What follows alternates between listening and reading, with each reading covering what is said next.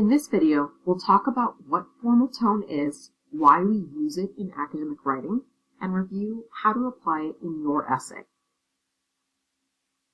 So, at any given point, there are going to be certain expectations around the way that you are dressed, certain times where it's totally appropriate to dress casually, and certain times where you want to dress more formally. Times like hanging out with your friends, going to school, or relaxing at home, it's totally fine to dress casually.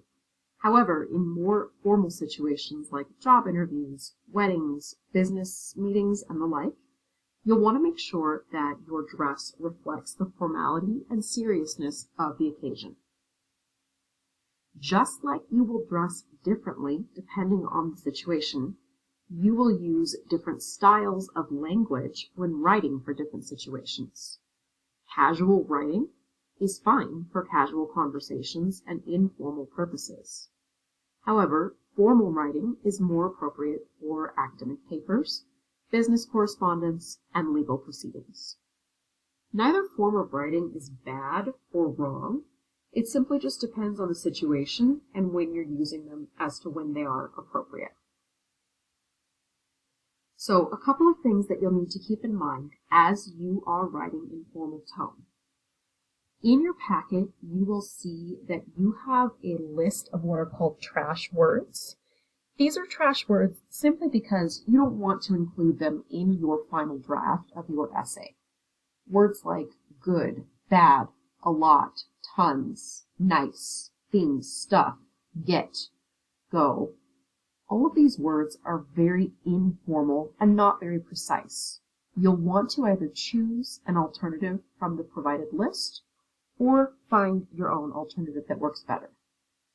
Other expressions that you want to avoid in formal writing include very, really, did you know, have you ever, well, I'm going to tell you, in this essay I will, you will soon discover, or what do you think of?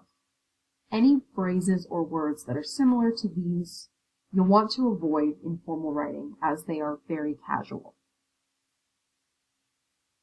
A couple of other things to keep in mind as you're writing in formal tone. Please avoid using any first or second person pronouns. This means words like I, me, mine, you, and yours.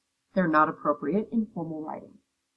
So if you have a sentence like, I think that the Colonel should not have underestimated Mrs. Wins, you can simply delete I think that and write the rest of your sentence.